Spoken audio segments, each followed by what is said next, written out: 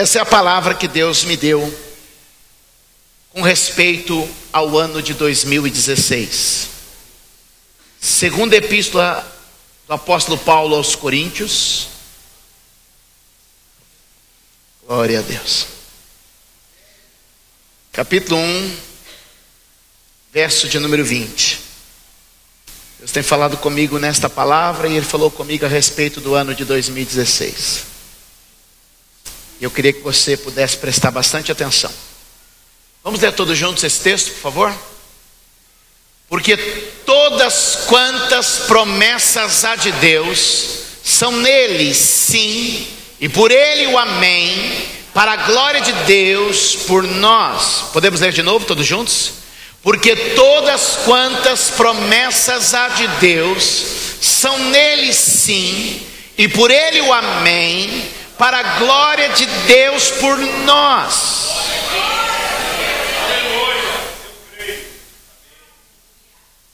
Algumas pessoas, eu já ouvi esse texto, às vezes é na inocência. Deus pode dizer sim, Deus pode dizer não. Eu quero te dizer que Jesus só diz sim às promessas de Deus para nós.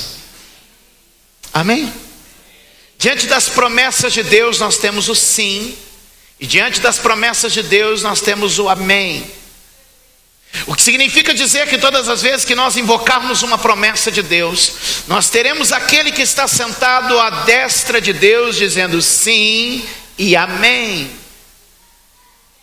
Você perdeu, você precisa entender isso. Isso quer dizer que todas as vezes que nós invocarmos uma promessa de Deus, nós teremos aquele que está sentado à destra do trono de Deus dizendo sim e amém. Significa que se eu encontrar na Bíblia uma promessa de Deus com respeito à minha família, e eu declarar esta promessa, Deus do trono vai ouvir ao lado dizer sim e amém. Quer dizer que se eu encontrar uma promessa de Deus com respeito à minha vida pessoal, à minha saúde, às minhas finanças, e eu dizer, há uma promessa aqui, Jesus vai dizer, você encontrou a promessa? Pois bem, para essa promessa eu digo sim, para essa promessa eu digo amém. Muitos de nós, quando vamos orar, parece que estamos entrando num tribunal de apelação. Vamos apresentar a causa e esperar para ver se o juiz julga favorável, contrário, ver o que sai. Se ele pede um tempo para fazer vistas ao processo, aguardar um pouco mais, se nós vamos ter que apelar para a instância superior. E eu quero te dizer que nós estamos orando errado. A Bíblia diz, meus amados, que se há uma promessa, já existe para ela o sim, já existe para ela o amém, o martelo já foi batido favoravelmente. Eu não sei se você está entendendo, mas não é uma questão, se Deus quiser me curar, Ele me cura, se Deus quiser me abençoar, Ele me abençoa. Ah, se for da vontade de Deus, não. Se está escrito nesse texto, Ele já disse sim, amém. Nós precisamos orar tomados por esta convicção. Nós precisamos orar tomados por esta determinação. O que nós temos da parte de Deus é uma confirmação. Deus quer confirmar a sua palavra em nossa vida. Levante a mão direita e diga, Deus quer. Diga, Deus quer confirmar a palavra em minha vida.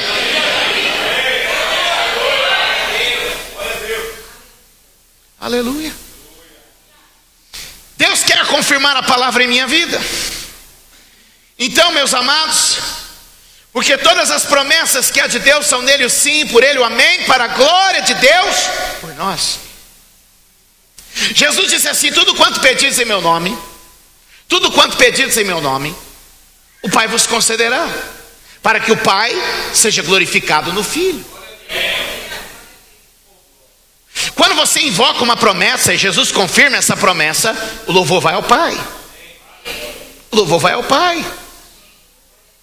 Porque sabemos que se pedimos alguma coisa em nome dEle, Ele nos concederá o que pedimos, para que a nossa alegria seja completa. Em Cristo nós temos a confirmação de tudo.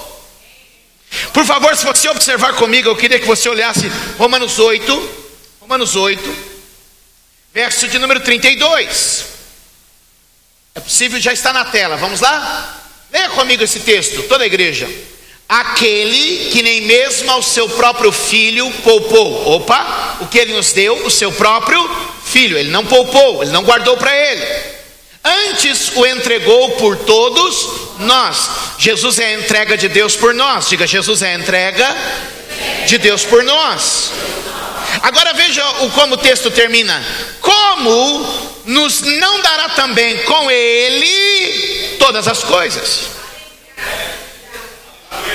Uma vez que Deus entregou o seu filho Jesus, ele está dizendo assim, ó, se eu já entreguei Jesus, o que é entregar as outras coisas? Como eu posso dizer que eu recebi Jesus e não acreditar que vou receber as outras coisas? As outras coisas são maiores do que Jesus.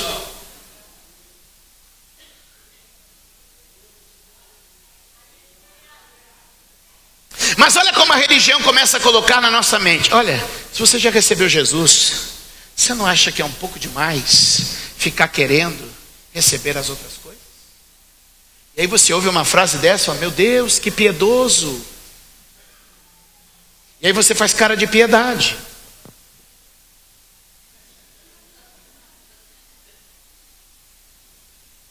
Aí você coloca assim na sua cabeça, puxa, é bonito isso que estão ensinando, é verdade. Você já tem o Jesus, ficar falando de coisas.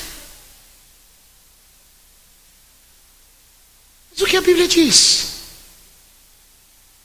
Uma vez que Jesus foi entregue,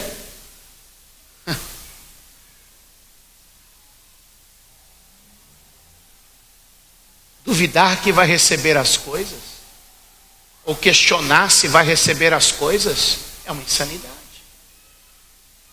Porque aquele que nem mesmo o seu próprio filho poupou, antes o entregou por nós.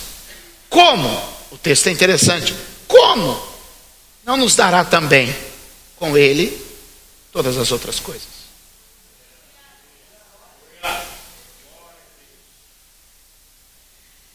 Então, na primeira leitura que a gente faz desse versículo, nós recebemos uma certeza. Eu vou fazer 3 leituras desse texto. A primeira, mais rasa. Em Cristo temos tudo confirmado. Em Cristo temos tudo confirmado. Nós estamos orando como se houvesse uma obra a ser feita,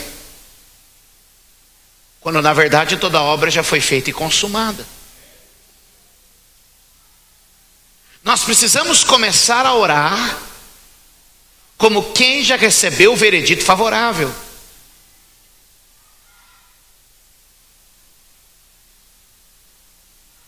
Quando a palavra nos ensina a orar, ela nos ensina muito sobre determinação. E determinar, ao contrário do que alguns querem ensinar, não é que você vai cobrar de Deus. Determinar é confessar o que já é seu por direito. Porque todas as promessas que existem em Deus, nós temos por Jesus o sim e o amém. Então não há no meu coração uma dúvida. Será que eu posso? Será que eu tenho? Será que isso aqui era para outro? Será que é para mim? O texto diz: há uma promessa, temos nele o sim e temos nele o amém. Glória a Deus.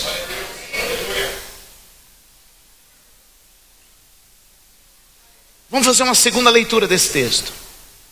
Volte ao 2 aos Coríntios capítulo de número 1. Bom, primeira leitura do texto, ela é simples e óbvia. Existe promessa, Jesus é o sim e o amém para cada promessa. Diga glória a Deus. Mas o que está acontecendo aqui nesse texto? Nós vamos fazer uma segunda leitura agora. Por que Paulo diz esse texto? Porque Paulo está falando dos seus projetos pessoais. Escute bem, Paulo está falando dos seus projetos pessoais. Diga comigo, projetos pessoais. Se você observar comigo com muita atenção os versos, olha só, verso de número 17, vai dizer assim, volte um pouquinho. E deliberando isto, usei porventura de leviandade?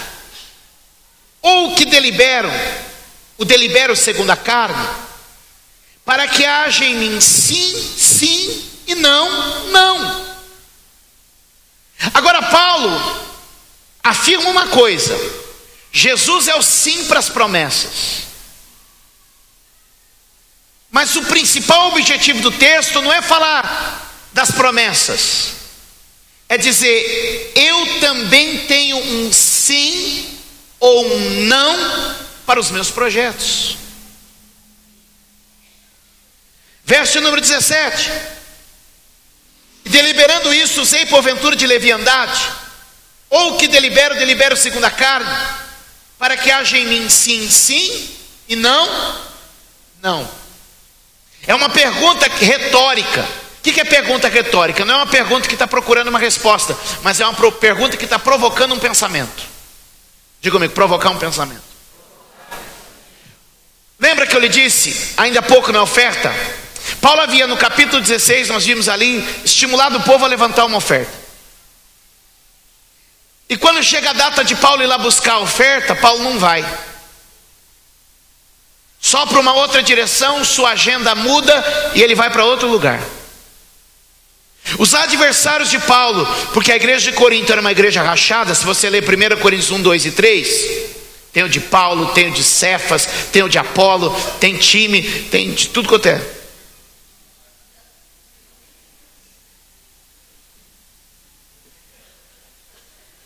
Está difícil falar de qualquer coisa. Bom, olhe para mim. Escute. Os adversários de Paulo, ou seja, os desfavoráveis, os anti-Paulo, eles começam a criticar. Oh, não vai vir buscar oferta não. E se fosse buscar oferta? Oh, mas veio buscar oferta, hein? Agora olha, eles estão criticando Paulo porque sua agenda mudou. E ele lança uma pergunta retórica, como eu disse no verso 17. Ele diz assim, olha, vocês acham que eu tomei essa decisão na carne? Vocês não pensam que eu orei antes de fazer o meu planejamento pessoal? Vocês não acham que eu coloquei diante de Deus o meu projeto? Vocês não pensam que eu sou um homem de decisão? Ou vocês acham que eu vou levando a vida de qualquer maneira? Ele está fazendo eles pensar para que eles tivessem a seguinte ideia: eu deliberei, eu considerei, eu resolvi. E o que eu resolvi, está resolvido. Eu fiz um plano, eu tive uma iniciativa. E quando eu faço um plano é para que eu tenha sim e para que eu tenha não. Aí nessa segunda leitura do texto ele vai dizer, Jesus já definiu o seu plano, e para o plano dele, para nós, ele disse sim. Mas ele está dizendo assim, eu quando faço o meu plano vai me dar duas coisas, sim e não. Que isso, bispo? Quem está me acompanhando aqui? Quando você tem um plano, o sim e o não vai ser muito importante. Por quê? Porque quem tem plano vai saber o que aceitar e vai saber o que rejeitar. A habilidade de dizer não vai te afastar das distrações. A habilidade de dizer não vai te tirar de caminhos errados. A graça de dizer não vai manter você no projeto. E para saber se eu digo sim ou para saber se eu digo não, eu preciso ter um plano. E quando Paulo faz o plano, E ele diz assim: então agora eu tenho uma direção. O que tem acontecido com a vida de muita gente? Você não sabe o que aceitar e o que rejeitar. Você não sabe quando dizer sim nem o que dizer não. Por quê? Porque não tem um plano. E quando você tem um plano, é fácil dizer sim e é fácil dizer não. Está dentro do plano? Sim. Está fora do plano? Não.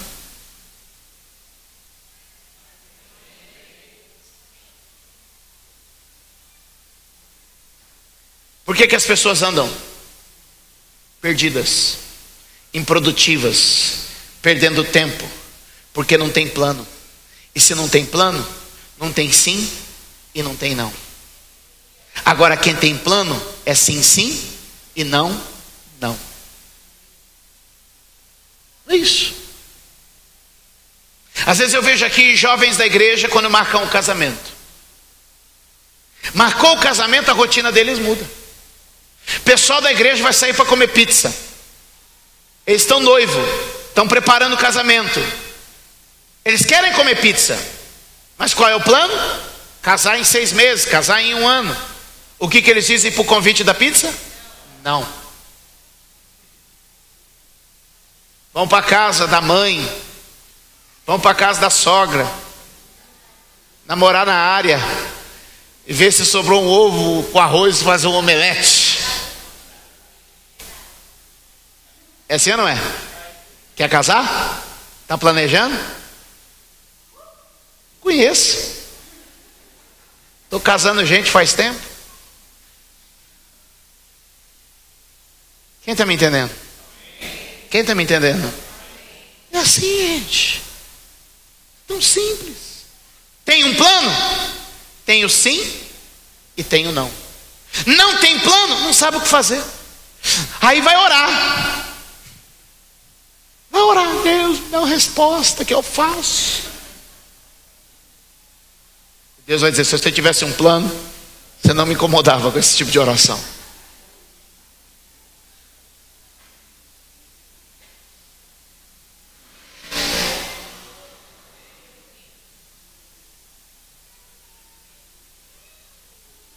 Abre comigo, por favor, Mateus 5,33.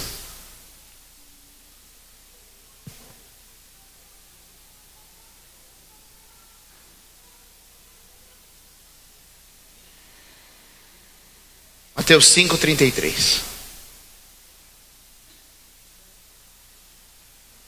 Ouça o que a Bíblia diz, Jesus falando. Está um chiado aqui, tomando conta de tudo aqui. Outro sim ouviste que foi dito aos antigos: não perjurarás, mas cumprirás os teus juramentos ao Senhor. Próximo. Eu, porém, vos digo que de maneira nenhuma jureis, nem pelo céu, porque é o trono de Deus, nem pela terra, porque é o escabelo de seus pés, nem por Jerusalém, porque é a cidade do grande rei. Nem jurarás pela tua cabeça, porque não podes tornar um cabelo branco ou preto.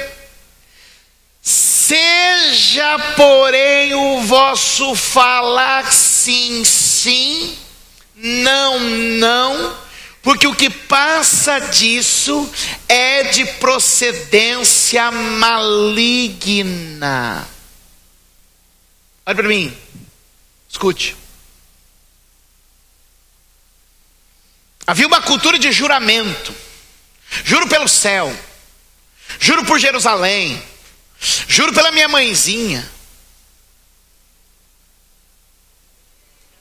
Quem está me entendendo? Olha aqui para mim, olha aqui para mim. O homem de Deus, a mulher de Deus, não precisa jurar por nada. As pessoas que mais me enganaram, vou te falar que frase eles usaram: diante do Espírito Santo de Deus eu estou falando.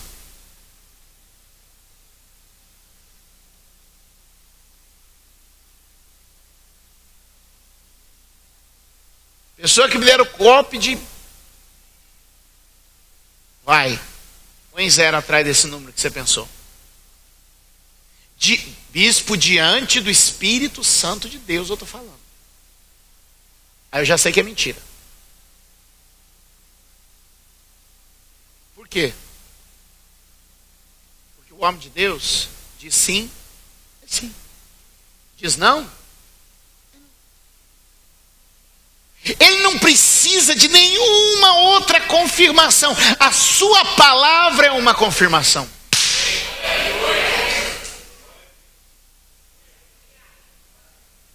É por isso que no reino de Deus nunca há promessa: se Deus me abençoar, eu vou fazer isso, isso aqui. Não.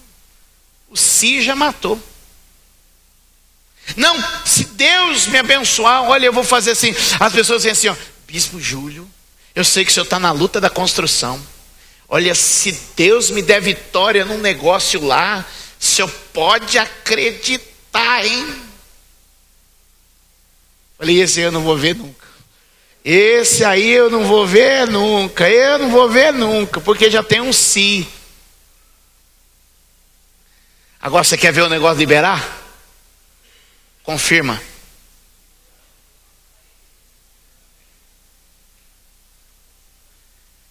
Aqui é pela fé, meu irmão. Faz primeiro e vê depois. Crê primeiro e vê depois. Não sei se você está entendendo. Não sei se você está recebendo. Não, eu vou ver aí como é que vai ser 2016. No final eu venho aqui honrar Deus. Já era, isso aí esquece. Nota, risca. Não, eu vou confirmar meu 2016 antes que ele comece no altar de Deus. Porque Jesus diz assim: os antigos, na velha aliança, olha, jura pelo céu, jura por Jerusalém, jura pela mãe. Não, eu digo assim: fala que é e vai ser. Fala que não e não é mais. Diga sim é sim, diga não e é não, porque eu vou colocar poder na tua palavra, eu vou colocar fé na tua afirmação. Eu não sei se você está entendendo, mas Deus está levantando você para reinar, querido. E reinar é isso: dizer sim é sim, dizer não é não. É isso que Deus quer ensinar a igreja. Mas sabe qual é o nosso problema? Quando que a minha vida amarra? Quando eu falo talvez. Quando eu falo vou ver. Só me complico. Mas quando eu digo sim, quando eu digo não, Deus honra. Vamos ver. Talvez. Irmão, quem sabe? Maligno entra. Porque são palavras que embutem dúvida. Vamos ver. Quem sabe? Vamos dar um tempo. O que é isso? Palavras que não estão tomadas de uma certeza. E a Bíblia diz que o que não é por fé é pecado. A Bíblia diz que sem fé é impossível agradar a Deus. O que a Bíblia está dizendo é o seguinte: não vamos ver não. Olha, não vamos ficar aqui, quem sabe, talvez, vamos dizer se sim ou se não. Vai dar ou não vai dar? Vai ser ou não vai ser? Mas o que você disser, se prepara. Deus vai honrar as palavras da tua boca.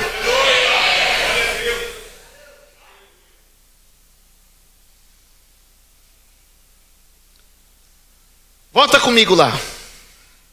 2 Coríntios, capítulo 1. É tanto 1 Coríntios, 2 Coríntios, capítulo 1, verso 12. Olha o que Paulo está dizendo. Porque a nossa glória é esta: o testemunho da nossa consciência, de que com simplicidade e sinceridade de Deus, não com sabedoria carnal. Não com sabedoria carnal. Tiago fala de dois tipos de sabedoria. Olhe para mim. Ele fala de uma sabedoria que vem de Deus, e ele fala de uma sabedoria carnal. Ele diz que a sabedoria que vem de Deus é gratuita, alcançada de quem pede a Ele. Mas ele fala de uma sabedoria carnal, terrena e diabólica. E ele está dizendo o seguinte aqui no verso 12: como você acha que eu fiz a minha agenda? Como você acha que eu fiz meu planejamento? com sabedoria carnal? Ele está levando o povo de Coríntios a pensar: como vocês acham que o meu planejamento foi feito? De maneira carnal? Não, mas na graça de Deus.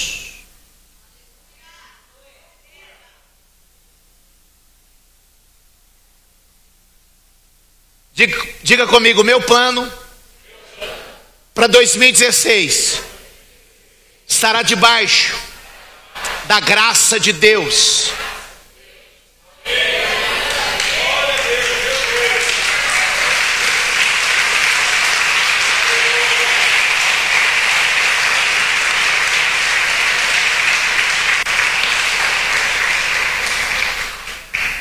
Agora veja o seguinte: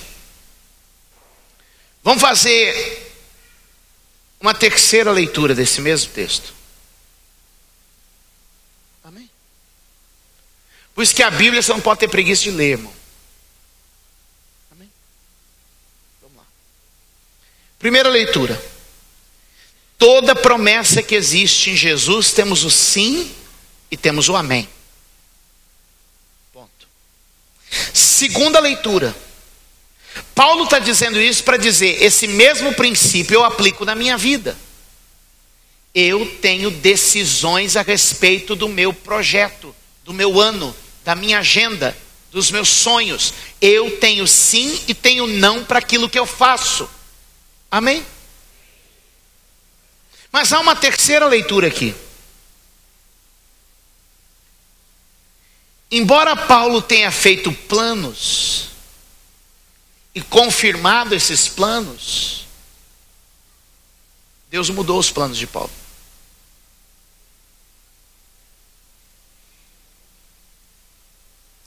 Aí você fala assim: sai dessa agora, pastor.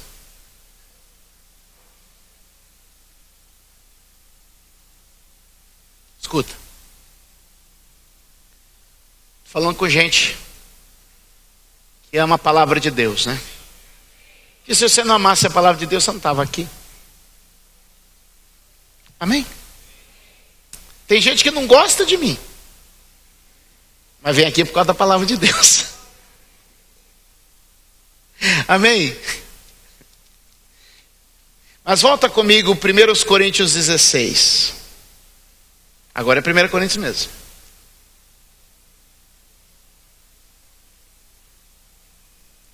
Ou em inglês, 1 Corinthians. Acho que eu vou pregar em inglês, fica mais bonito. 1 Corinthians. Aleluia. Verso de número 7.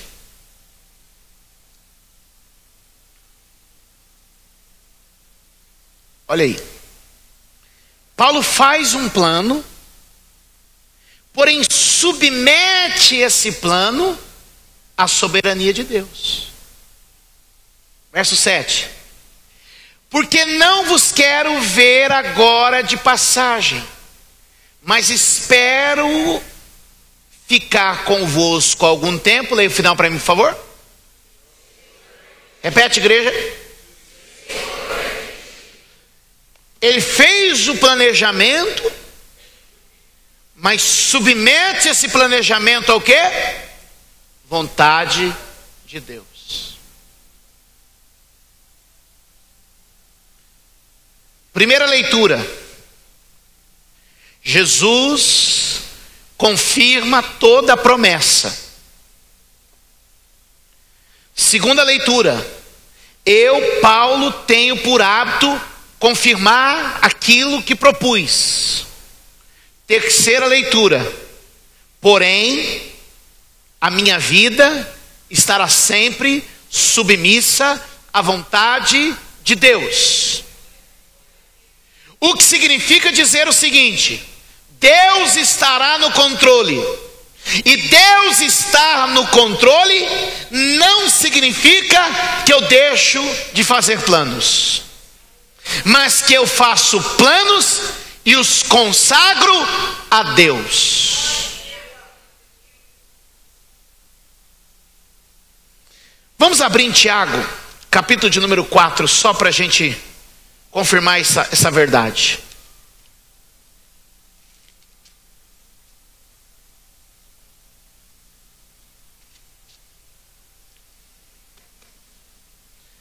Aleluia. Achou? Olha aí. Eia, agora vós que dizeis: hoje ou amanhã iremos a tal cidade, lá passaremos um ano, contrataremos e ganharemos. 14. Digo-vos que não sabeis o que acontecerá amanhã, porque é a vossa vida um vapor, que aparece por um pouco e depois se desvanece. O que nós estamos vendo? Alguém que tenha consciência da fragilidade e da limitação dos projetos humanos. Tudo que eu coloco como projeto é meu projeto. E como eu sou humano, ele está debaixo da minha fragilidade. Porém, segue o texto, verso 15. Em lugar do que deveis dizer, se o Senhor quiser, se viermos, faremos isto ou aquilo. Diga glória a Deus. Verso número 16. Mas agora vos gloriai em vossas presunções. Toda glória tal como esta é maligna. 17. Aquele, pois, que sabe fazer o bem e não faz, comete pecado. Paulo está dizendo, ou melhor, Tiago está dizendo, não planeje nada. O que ele está dizendo? Planeje e submeta ao Senhor. Desenhe e submeta ao Senhor. É possível que Deus provoque uma mudança. Mas até hoje, eu não vi Deus mudar um plano que não seja para melhor. Escreva o seu projeto para 2016. Desenhe sua agenda para 16, 17, 18. Escuta o que eu estou dizendo e eu sei que tem uma unção descendo sobre essa igreja nesses dias. Leve tudo isso em submissão a Deus e se prepare, porque se Deus não confirmar o que você escreveu, Deus vai fazer algo melhor e maior. Porque na vontade de Deus não tem erro, na vontade de Deus não tem falha. Às vezes a nossa mente não consegue alcançar o que Deus quer, mas é importante ter um plano, ter um projeto, ter um objetivo e submetê-lo ao Senhor. Deus é um Deus de planos, os apóstolos foram homens de planos e nós seremos pessoas de planos. Os nossos planos estarão submetidos ao Senhor e o Senhor há de confirmar cada promessa que Ele tem para a nossa vida, cada promessa que Ele tem para a nossa família, cada promessa que Ele tem para o nosso lar. Faça um plano debaixo das promessas de Deus e você vai viver um ano de muitas confirmações. Digo 3 coisas e encerro. 3 considerações sobre planos. Primeira, Jesus tinha um roteiro, anote isso. Jesus tinha um roteiro. A Bíblia diz em Lucas 10:1 que Ele designou ainda outros 70 e mandou-os adiante da sua face de 2 em 2 a todas as cidades e lugares onde Ele havia de ir. O que Jesus tinha? Um roteiro. Ele sabia onde Ele ia. Saio dessa aldeia, vou para aquela aldeia. Saio daquela, vou para outra. Vou para outra e Ele deu um itinerário. Jesus andava debaixo de um planejamento. Jesus não andava soprando. Ai, para onde vai? Não, Jesus sabia para onde ia. E saindo dali sabia para onde era o próximo alvo. Porque Jesus tinha um roteiro. Jesus foi eficiente. Porque Ele, embora sendo Deus, estava preso a um corpo humano. E se o corpo humano esse corpo humano não tivesse uma agenda. Ele estava limitado às 24 horas do dia, ele estava limitado aos 7 dias da semana, ele estava limitado ao meio de transporte e comunicação da sua época. Ele separou os 70 homens, dividiu de 2 em 2, e assim: o meu roteiro é esse. O meu roteiro é este. Vocês vão à frente, porque esse é o meu roteiro. Vão avisando: terça-feira eu estou chegando em tal lugar, sexta-feira eu estou chegando em tal lugar, segunda-feira eu estou chegando em tal lugar. Vocês vão avisando para as pessoas, porque eu vou chegar, porque eu vou passar, porque eu vou estar lá. Jesus tinha um roteiro, ele sabia para onde ia, ele sabia o que ia fazer. O que tem muita gente hoje achando que é melhor que Jesus. Jesus fez um roteiro para não perder tempo. Jesus fez um roteiro para ter sucesso. Jesus fez um roteiro para ser efetivo. Eu não sei se você está entendendo, mas 2016 você vai fazer um plano, e o nosso Deus vai entrar com você nesse plano, vai honrar você nesse plano, e passo a passo. E se alguma coisa mudar, pode escrever o que eu estou dizendo, vai mudar para melhor, vai te surpreender, vai te surpreender. E você disse: eu não imaginava isso, mas Deus mudou e fez melhor do que eu imaginei, porque os seus pensamentos estão em um nível, mas os de Deus estão acima. A Ele honra, a Ele glória, a Ele louvor. Eu vou andar debaixo de um plano.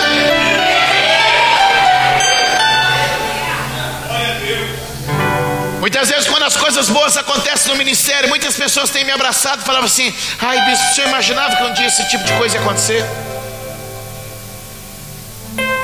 E às vezes eu tento falar sem ser arrogante, ou sem ser, sabe? Eu sabia. Eu já estava no plano.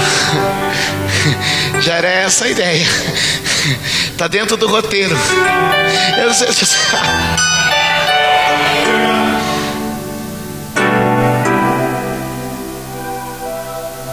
Jesus tinha um roteiro. Segunda coisa que eu quero que você saiba sobre planos. Podia falar 10, vou falar só 3. Ter uma vida de propósito nos ajudará a permanecer de pé. Quando que as pessoas caem? Quando elas deixam de ser estimuladas, cobradas e até pressionadas por um propósito. Quando elas deixam de ter compromisso. Quando elas não têm um alvo, elas não têm um propósito, elas não têm um objetivo, então elas estão muito soltas, estão muito livres. Se é que você consegue entender o que eu estou querendo desenhar.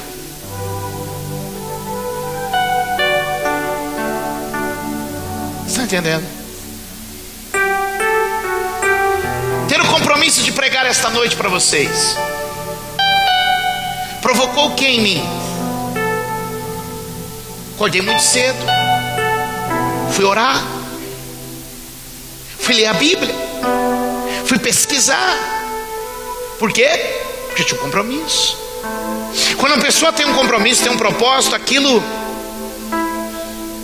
blinda ela. Quem está entendendo? Quem está entendendo? Vocês vão lembrar do André, pastor André dos jovens, que hoje está nos Estados Unidos fazendo seminário, está voltando daqui a alguns dias. No ano passado não, no primeiro semestre, quando ele ia participar de uma competição, quem lembra disso? Ele propôs em 90 dias mudar o seu corpo para essa competição.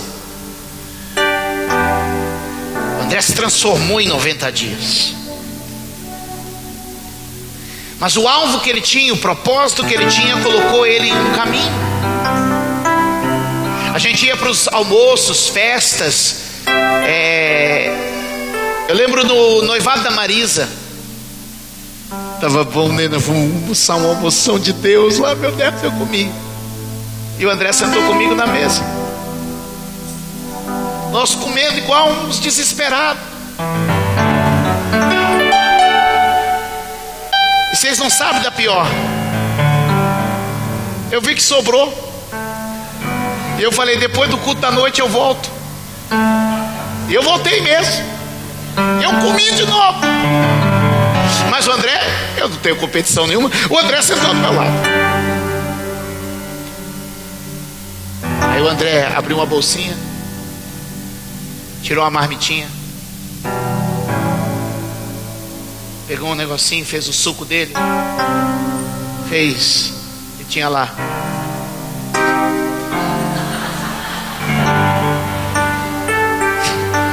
frango, batata doce,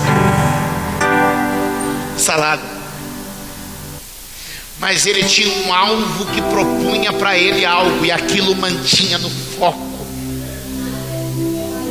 Eu acordava muitas vezes de manhã e eu ia olhar lá, ele estava lá, uma foto dele no Instagram, 4:30 da manhã, correndo. À noite, eu dava a última olhadinha, 10:30 da noite, último treino para fechar o dia. Isaías 32:8 é um texto que tem me acompanhado há muito tempo. Mas o nobre projeta coisas nobres, ou talvez na sua palavra, o liberal projeta coisas liberais. Por causa dessa nobreza, por causa dessa liberalidade, por causa desse plano, ele está de pé. Ter um propósito nos dá um real sentido. Ter um plano nos condiciona. Diga, ter um plano nos condiciona.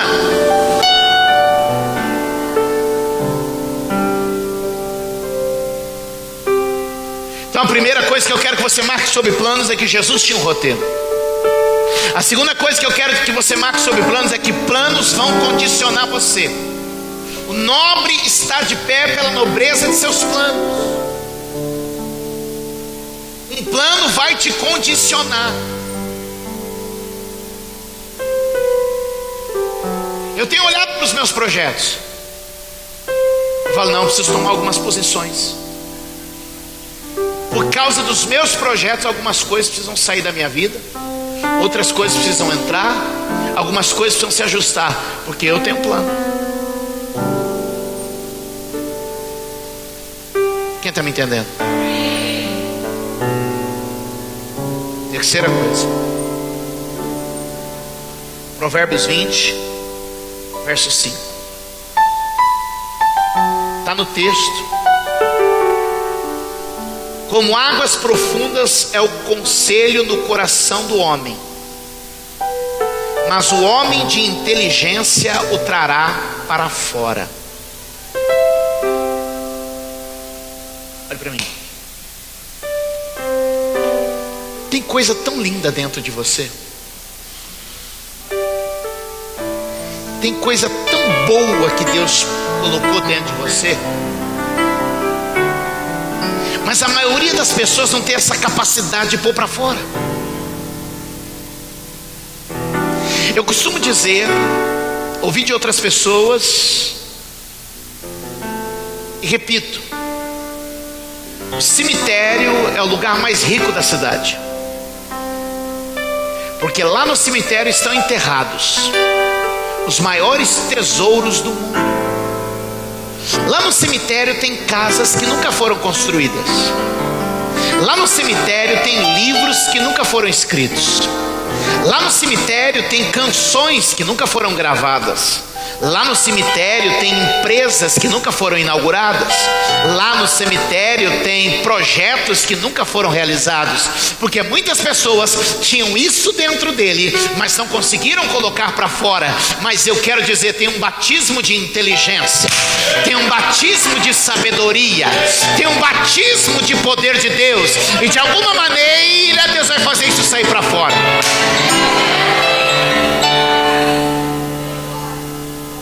Há muita riqueza sendo enterrada, há muita gente levando sonhos para o caixão. Irmãos, eu quero deixar tudo nessa terra. Eu quero entrar no céu, o anjo dá uma olhada e falar, mas não trouxe nada, não sobrou nada. Eu falo, não, eu gastei, foi tudo lá.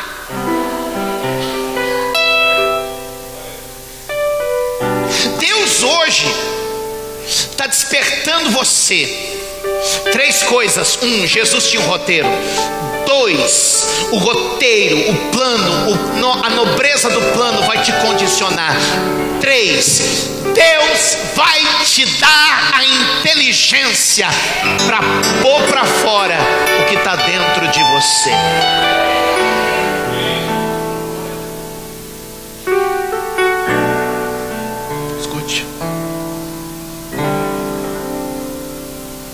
por favor. Eu aprendi a começar a pôr para fora. Eu vou ensinar você.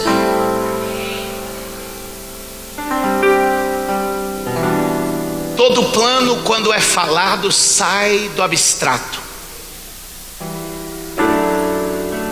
Palavras têm a capacidade de transportar coisas espirituais para o mundo natural. Uma declaração pode trazer algo espiritual para o mundo natural. Palavras podem fazer esse link entre o espiritual e o natural. Quando eu começo a falar sobre algo, eu começo a criar as condições para que isso aconteça. Quando eu começo a falar sobre algo, eu começo a criar as condições para que isso aconteça. Eu vou usar o texto que todo mundo usa para contradizer o que eles dizem sobre esse texto. Escuta.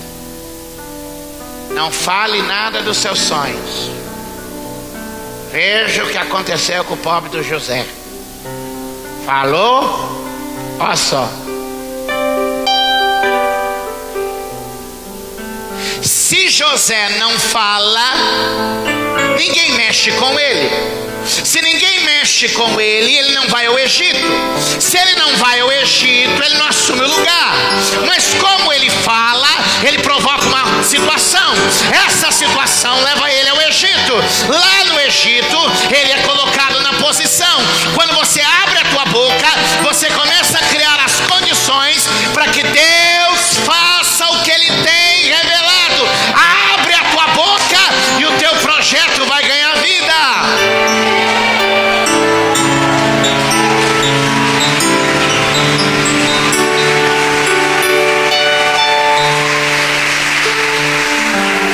Porque é por meio das palavras que as coisas começam a acontecer. As palavras liberam os movimentos. Digo, as palavras liberam movimentos.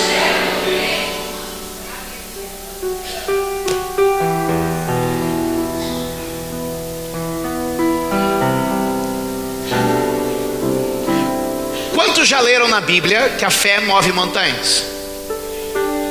Em que Bíblia vocês leram isso?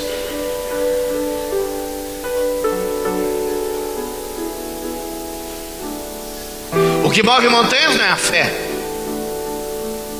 O que move montanhas são palavras de fé.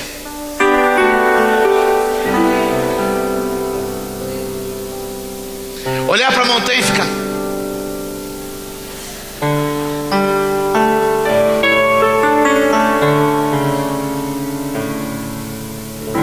Mas Jesus disse: se disserdes ao monte, ergue-te aqui e lança-te no mar, vai ser dito o que você disse.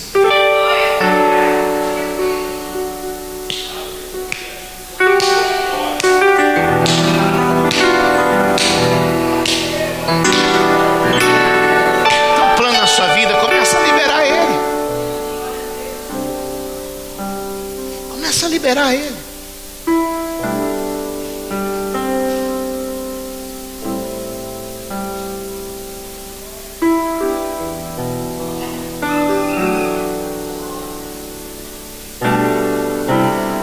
Esta igreja vai triplicar em 2 anos.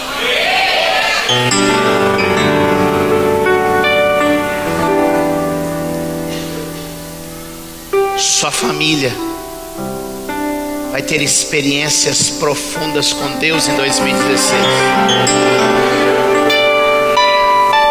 O Senhor vai te ajudar a descobrir a porta que você não viu até hoje. Deus vai te dar visão onde você não teve. O que eu estou fazendo aqui? Eu estou provocando uma situação. Eu estou liberando uma palavra para que comece um movimento.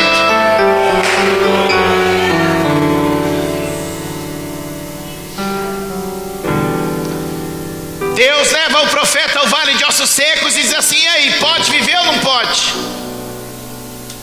E Deus diz para ele: começa a falar. Começa a falar. E conforme ele foi falando, um movimento foi acontecendo. Ah, meus Amados irmãos, eu não sei se você consegue acreditar no que eu acredito, mas eu sei que a palavra que eu libero, ela começa a trazer um movimento. A palavra da fé gera um movimento. A palavra da fé gera um movimento.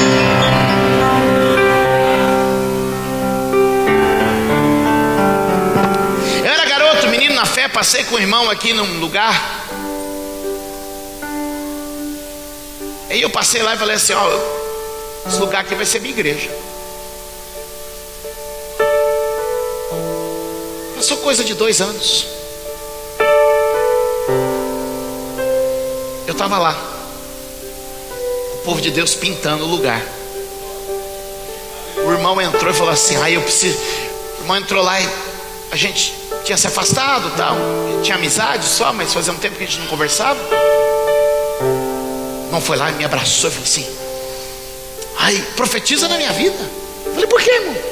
Porque 2 anos atrás nós passamos aqui, você disse que a sua igreja ia ser aqui. Você nem igreja tinha naquela época.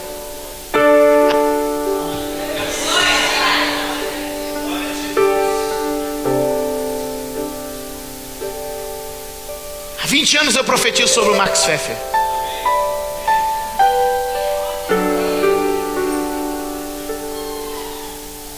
Hoje, pelo menos uma vez por ano, o maior ajuntamento de pessoas dessa cidade acontece lá.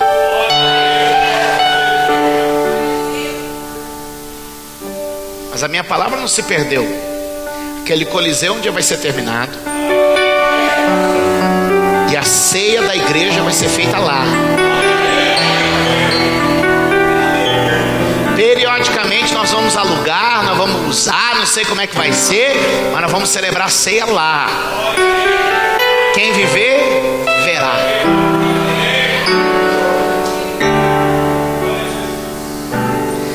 Porque palavras provocam movimentos.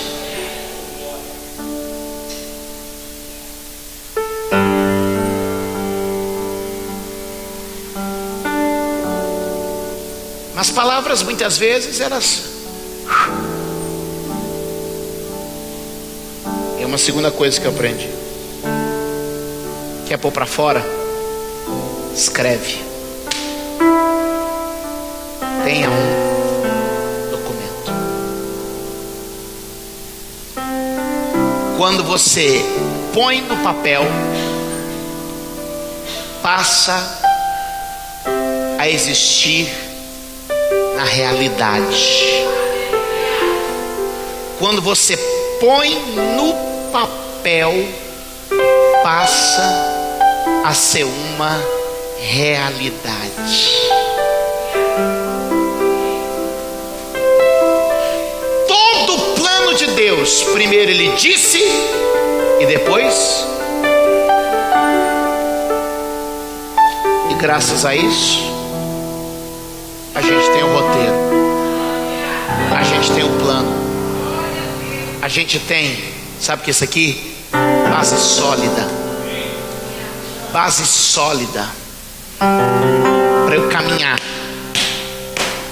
para eu me apoiar. Porque Deus disse e Deus registrou.